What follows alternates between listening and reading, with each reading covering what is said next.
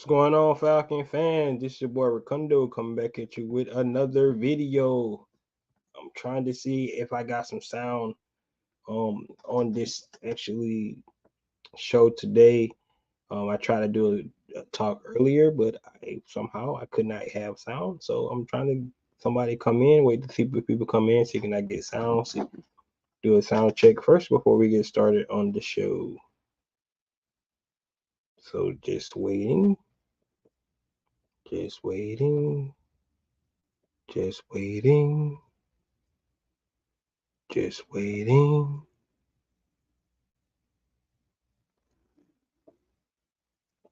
Still waiting and waiting.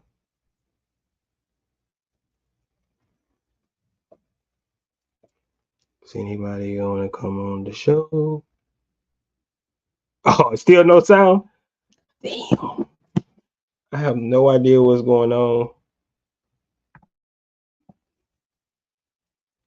No sound at all. Damn.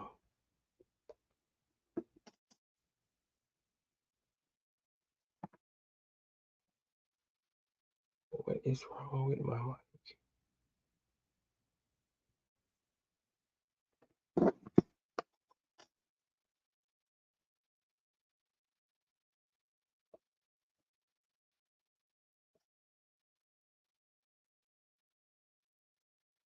Hey. Hello. Hey. Hello.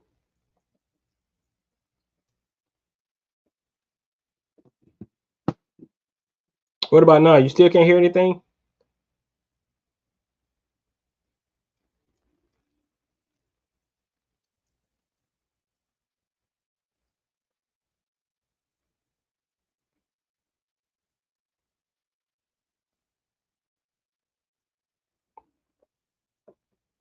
Let me know you hear something now.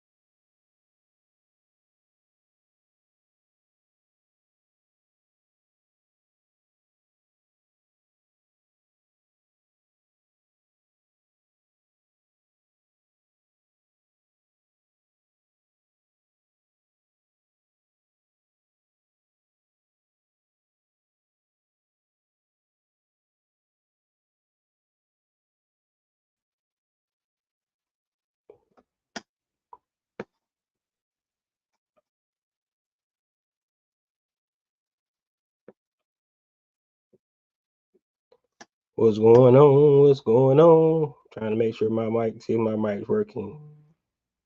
Want to know if my mic's working. People give me thumbs up that my mic is working.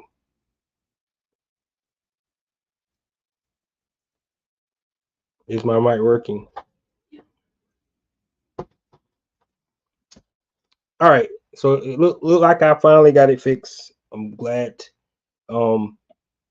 So let's go back to what I was talking about earlier. For anybody who heard, I guess nobody heard what I was talking about earlier because my mic was not working. But I'm gonna try to start over and do this again. So talking about EQ, it's working. I just checked it, man. It's something wrong with your mic, not mine. It's something wrong with yours because I can hear it. I had somebody check it for me, and everybody's saying it's good to go. So, it sounds like something wrong with your mic because people can hear me talking. Um, so all right, guys. So let's real quick. So let's get into it. Um, like I said, Coach Belichick sabotage. We're gonna go all into it again. At the end of the day, the Atlanta Falcons decided to go with Raheem Morris. We already know the deal about that. They decided to go Raheem Morris. Um, Coach Belichick thought he had the job, right? But I believe the fact that 24 years of coaching and running his own show, I believe that Terry Fontenot and team kind of felt like at the end of the day that it probably would have, you know, he probably would have started to try to take over at the end. His age probably played a factor as well. But it was reported that when they actually did the ranking from the people. Yeah, I just had somebody check, man. They can hear me. I had somebody go on YouTube. They can hear what I'm saying. So I don't know why you can't hear it. Um, I don't know why. I have no idea why you can't hear what I'm saying. But somebody just checked it for me and they heard me loud and clear. So I don't know why you can't hear it, EQ. But I'm people hear me talking, so I'm not sure what's going on with your sound. But I was able to verify it. Um, Either way, guys, when we talk about Robert Kraft, um, it was reported that he kind of warned Arthur Blank about Bill Belichick.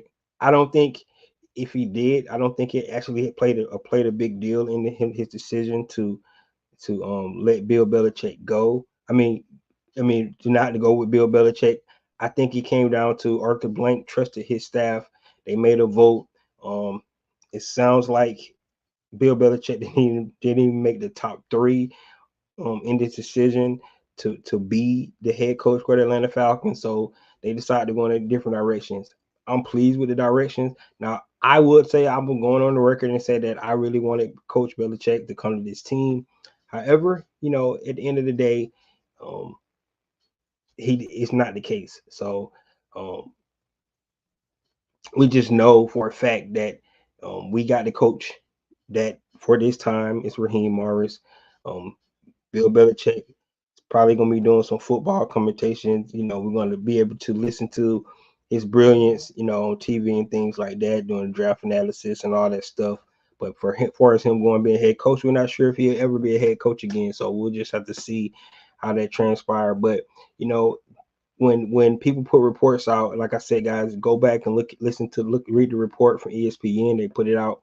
But when people put reports out and don't provide names and they said sources and things like that, you don't know how true it is. Now, the New England Patriots came out and said that, Robert Kraft didn't go to Arthur Blank and give him any suggestions or anything like that. I'm pretty sure they communicated. He did use them as a reference, of course, to get insight on what's going on with, about hiring Bill Belichick. But at the end of the day, I believe that the Atlanta Falcons made the best decision for themselves, and who they was going with their head coach.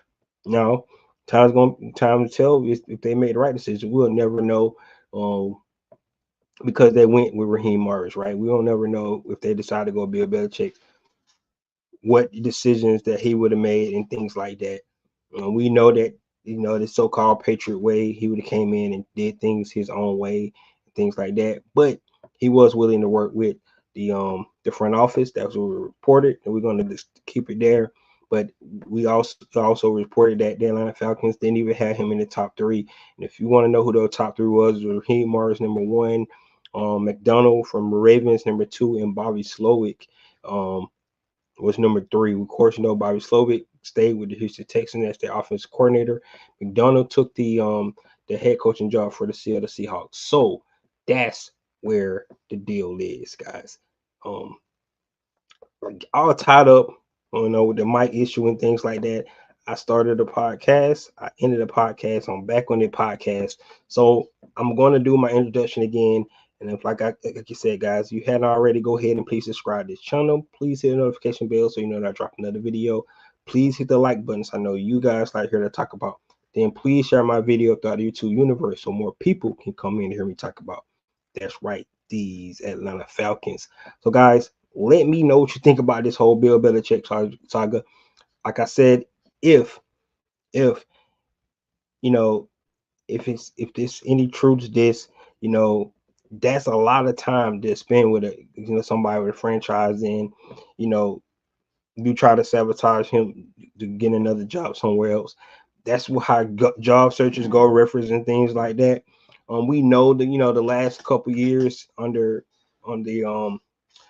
New England Patriots, Bill Belichick, coaching tenure was ruined, especially after Tom Brady left that first season right out there. They actually made a playoff run the last 2 seasons.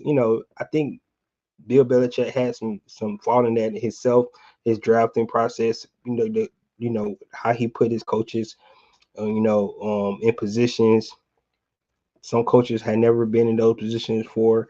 How he handled a young quarterback and Matt Jones. So it's a lot of things that we can definitely take looking at this last 10-year, things like that. But for me, the reason I wanted him because I wanted somebody to come in that knew how to win, right? That's why I was pounding the table for Bill Belichick. But I'm gonna be honest with you, you know, hiring Raheem Morris, I'm really, really happy with the decision. And hopefully we can go ahead and move on from this. Like I said, it's good to have the Atlanta Falcons in the news. Um, just talking about this team, the relevancy of this team is really, really good. But we got to start winning games, right? In that article also said, the Atlanta Falcons have had um, since 2012 3 winning seasons, and that's the fact, right? So, like that's if you look at anything in that whole article, to me, that's like an indictment on what's going on with this Atlanta Falcon franchise. We got to start winning, right? It's kind of sad when you say from 2012 3 winning seasons, um, 3 different coaches during that time. Um, we got to be able to start to have winning ways. That's why I was on the Bill Belichick train. Now I was going to find out, Raheem Morris getting his second stint as a head coach. Let's see, can he, make the best of that, make the best of things, and we'll see what happens with that. All right, so let me know what you think about, like I said, Robert Kraft, telling Arthur Blank anything about Bill Belichick to making him decide not to sign him. We knew that looked like he was the front runner for a long time before they decided to go a different direction. But in this instance, when we think about a guy like Bill Belichick, we know, 15 games away, from being all-time head winning this coach in this league. So he might, decide to get back on the sidelines. We don't know. We'll just have to see where they decide to go with that. But please check out that article out there if you want to know more about it. Thought it was interesting. Um, Only thing I didn't like about it, like I said, it was a lot of um, sources or this source, no names really was put out per se. We already, reported that the Patriots organization said Robert Kraft is not true. The things he did not sabotage Bill Belichick, anything like that. So, but I believe that in the end, Falcons interview 14 coaches. It has to be a collective decision of who they want to bring in. I think it was collective more favorable to Raheem Morris than anybody else. And that's why I think they made the decision they made. So, guys, let me know what you think about the article. And do you really believe that Robert Kraft in any way sabotage Bill Belichick for not getting a job from the Atlanta Falcons? And if that's the case, do you think he maybe even sabotage any, for any other team? Will Bill Belichick ever coach in the NFL again? We don't know. But I think we'll definitely see him, in broadcast booths, on the draft shows, giving his draft analysis. He's a brilliant head coach. Been in the league 24 seasons head coaching. So what he's talking about when it comes to being a coach. 8 Super Bowls, 2 as a defensive coordinator, 6 as a head coach. So, he's revered, could go down with one of the best, best coaches ever, you know. But at the end of the day, Atlanta Falcons decided to go in a different direction. And I'm cool with that. And I hope you guys are too. All right. So let's get into my next topic that I wanted to talk about today.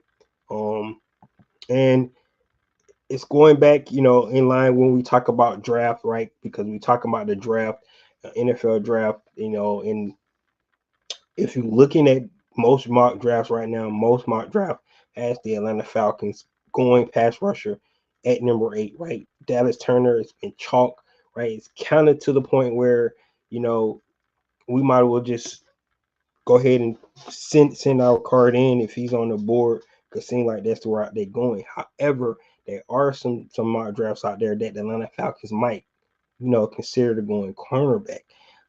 Some people may think that cornerback might be a better way to go, right? So when we start to think about this, and we think about, first of all, we don't know how their board stacks, who's their best players, who's their number one guy on their board, you know. So I'm pretty sure by now, it's a week out, the Atlanta Falcons probably have a good idea of their players, how they got them stacked from one to, top 50 guys on their board already. Pretty sure they already got that down. They probably went through so many draft scenarios, move up, move down, where these guys going to fall in the draft and everything like that. But the question is, do they have the cornerbacks in this draft rated higher than the pass rushers in their draft, right? We know Terry Fontenot really likes to go heavy on best player available. So, at 8, if they got cornerbacks higher than pass rushers, he always said he's not going to reach for guys, so he's going to stick to that. So he's more than likely is going to go corner then if they got corners higher than their pass rushers, right? However, most people believe the biggest need for the Atlanta Falcons is pass rusher. That's why a guy like Dallas Turner keep getting chalk to the Atlanta Falcons for the number 8th overall pick, right? If you look at his chalk, everybody just keeps saying that's where the Atlanta Falcons going to go, right? But the question is, if you're looking at a guy like Raheem Morris, you're looking at a guy like Jimmy Lake, and you're looking at Jerry Gray, those defensive coaches that's, on this Atlanta Falcons, coaching staff, they all have defensive backgrounds.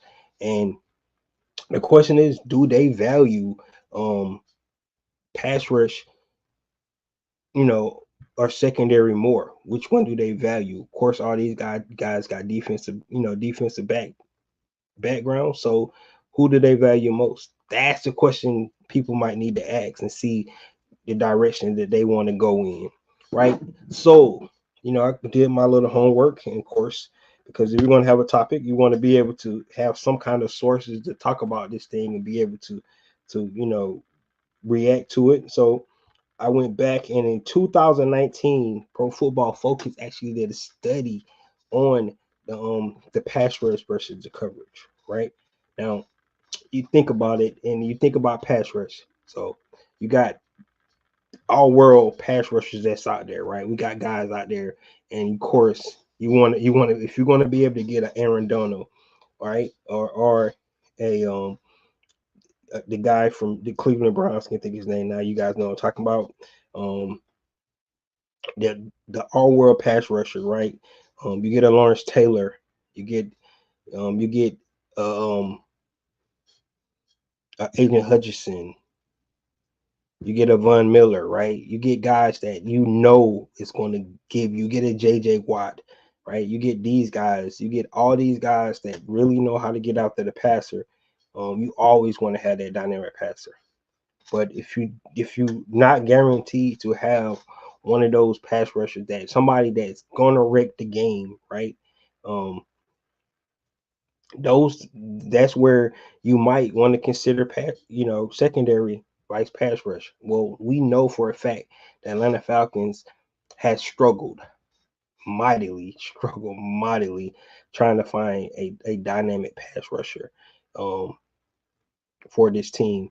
The last guy we know was John Abraham, right? The last guy that had double digit sacks was Vic Beasley in 2016, and he actually led the league in sacks that year, which is really, really, interesting considering, I think one game he had like 5 or 6 sacks. So he had 16 and a half sacks, but maybe the production as we thought wasn't as much as we coveted at the time, because he could never recreate that, right? I think the most sacks he had there was 8, which is still better, to be honest, with any other guy that we have on this team since that time. So Big Beasley been our best sack guy since John Abraham, and that's not saying a whole lot. So the Atlanta Falcons really have been struggling with pass rush, right? But you hear all the time that pass rush and secondary play were hand in hand, right? Um, if you go to great cornerbacks in the secondary, like a Darrell Reeves, like a primetime Deion Sanders, right? Um, those guys cut off half of the field, right? A lot of times, quarterback wouldn't even look to their side of the field with the ball. Oh man, so you see EQ man, you made me cut my thing off, man. That's all right though. We good, dude. I'm back at it. I'm back at it. So don't sweat it, man. Don't sweat it at all. But anyway, um, when you think about pass rush, right? Um, pass rush is does it go hand in, it really goes hand in hand with the secondary, right? That's what a lot of people thinking. Like, unless you got one of those, don't worry about it, big dog. You good. Don't worry about it at all, man. Unless you got one of those all world pass rushers, right? You might want to look at the secondary, right? You might want to look at the secondary, right? Unless you got an Aaron Donald, like you got a Lawrence Taylor, like you got a Von Miller, right? Like you got a JJ Watt, right? Those guys, um, freaking Rick Habit. Unless you got a TJ Watt. That's what I'm talking about. Those guys that going to get after the passer. The big guy, that just got paid for the Kansas City Chiefs, right? Those guys, if you got one of those guys, yes, you want to cover pass rush, right? But if you don't have one of those guys, maybe having a great secondary will be the alternative to that, right? Because now some of your guys that's really close to getting to the quarterback, they make the quarterback hold the secondary make the quarterback hold the ball just a little bit longer. And now those guys starting to get home, right? So we got an Army Ebiketie who's show flashes, being able to get the quarterback, right? We got a Grady Jarrett, we got a David Amiyata, right? If our secondary is really, really solid, really, really good, right? If you got a Jesse Bates back there, you got an AJ Terrell, and the Atlanta Falcons decide to go cornerback at number 8, like a Quinion Mitchell, like a Terrion Arnold, right? Like a Cooper DeJean, either one of those guys, we don't, and like I said, we don't know where they got these guys ranked at, right? We don't know that. So we don't know where they got these guys ranked. But if they have them ranked higher than the pass rushers, you know, and they always stick to their board where they say best player available, they might go cornerback before they decide to go pass rush. Now, I know, as Falcons fans, we really want to get this pass rush right.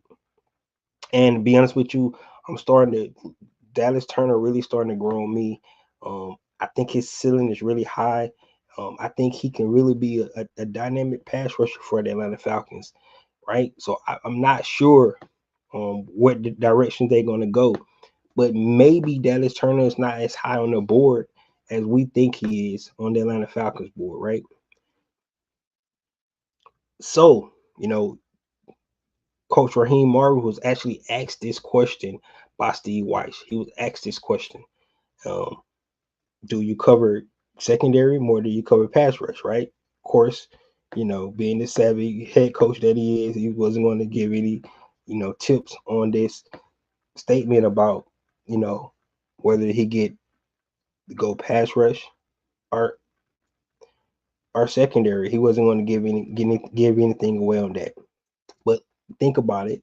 Um, we got a lot of head coaches. I mean, got a lot of coaches on that staff that's really, really heavy in secondary play. So I think they're going to have a good secondary no matter what, right? And if that's the case, if you got so many good secondary head coaches, maybe you do want to lean towards pass rush more than going to get, um, spending a number 8th overall pick on one of these solid cornerbacks. Maybe you think, our coaching is good enough. Maybe we believe in Clark Phillips the third. Maybe we believe in the offer. Maybe we believe that Kevin King is going to come back and be solid. Maybe Antonio Hamilton is going to be a good second corner for us. We just don't know, what they're thinking when they start thinking about this from a secondary standpoint. We do know we need a pass rush no matter what anybody tells you. The Atlanta Falcons do need to address the pass rush, right? Um, Terry Fontenot, he's adamant about he's not gonna to to reach, right?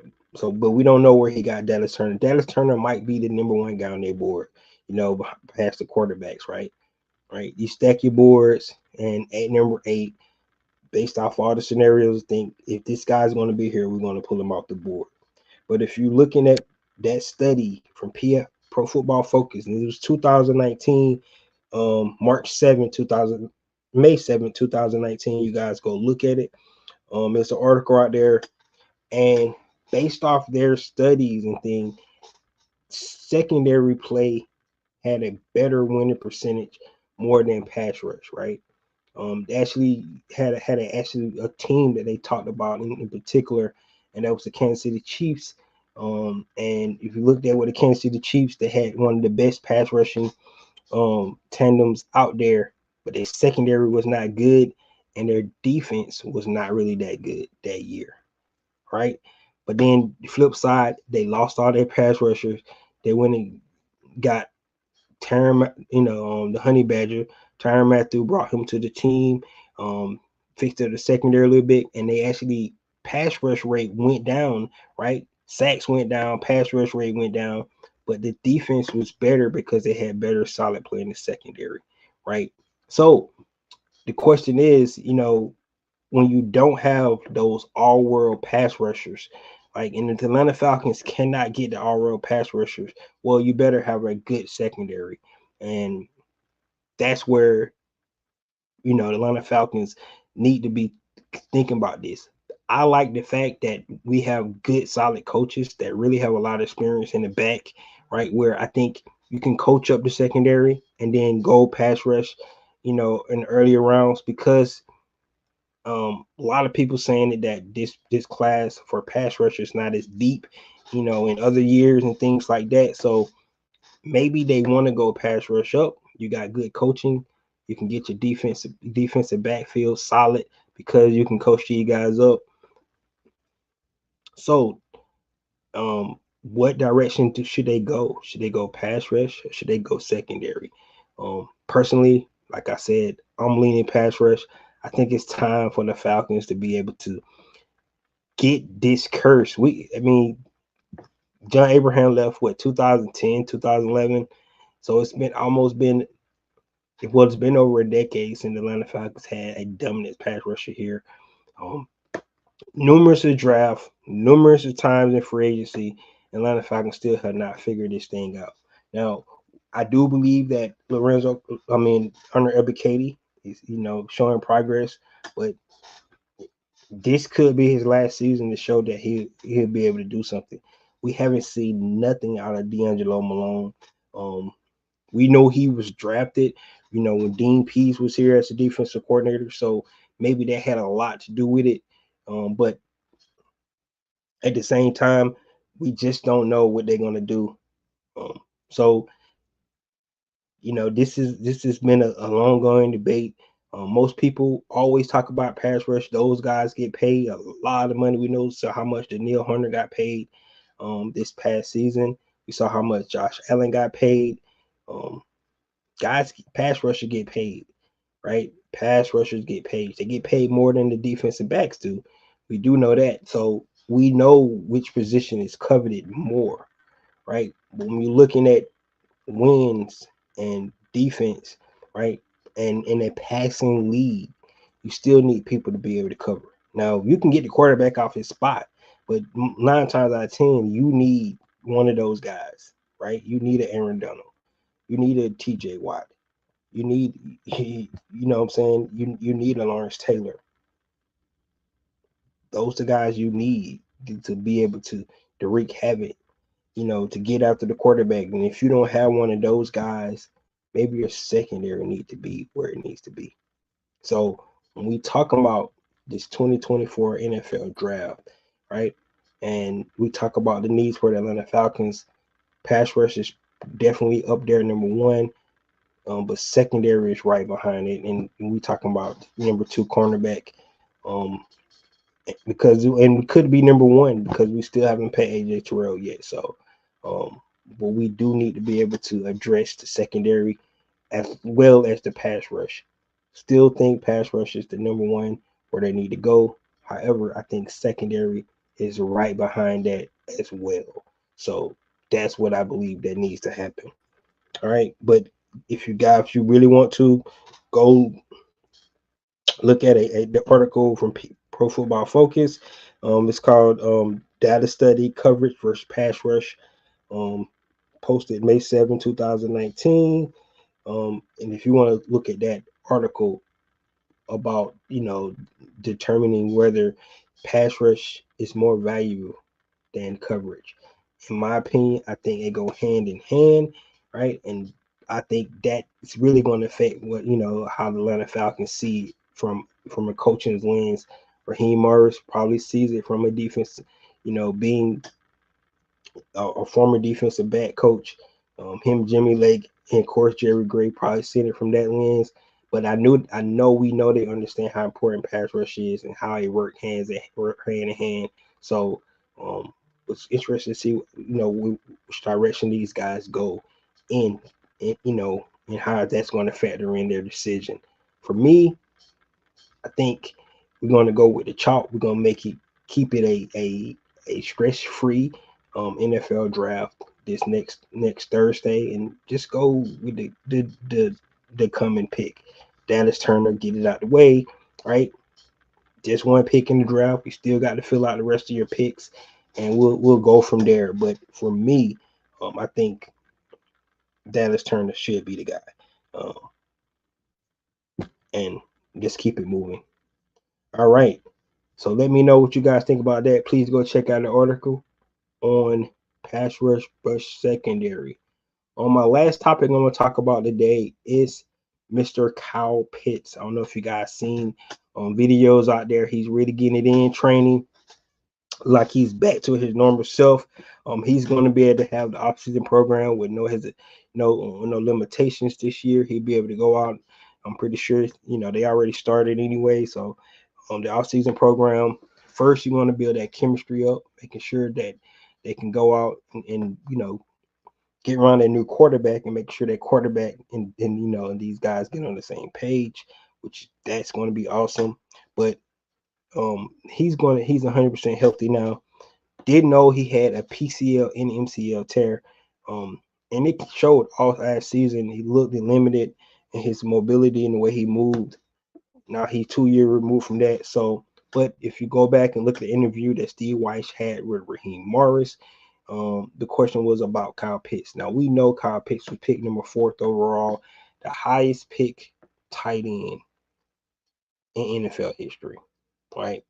No secret. Everybody called him a unicorn.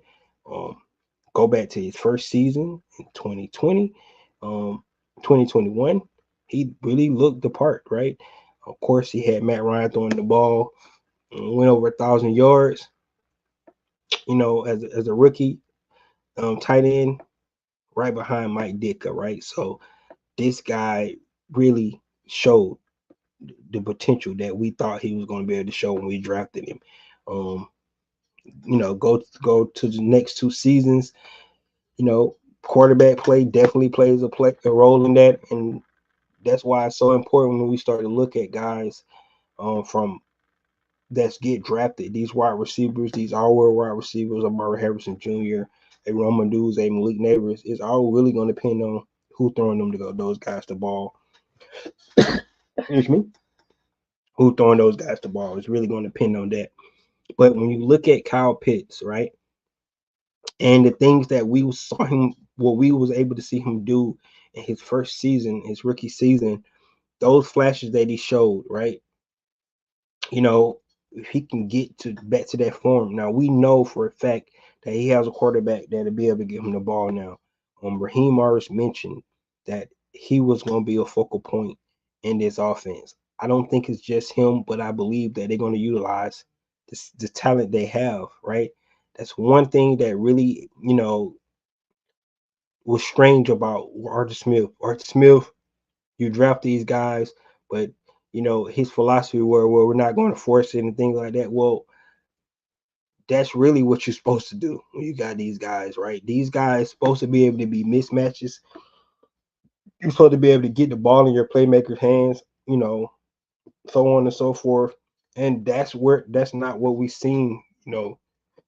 Arthur Smith utilize these guys sometimes as decoys where, you know, you look at a guy like Kyle Shanahan, he's going to get his playmakers to rock. That's what he does.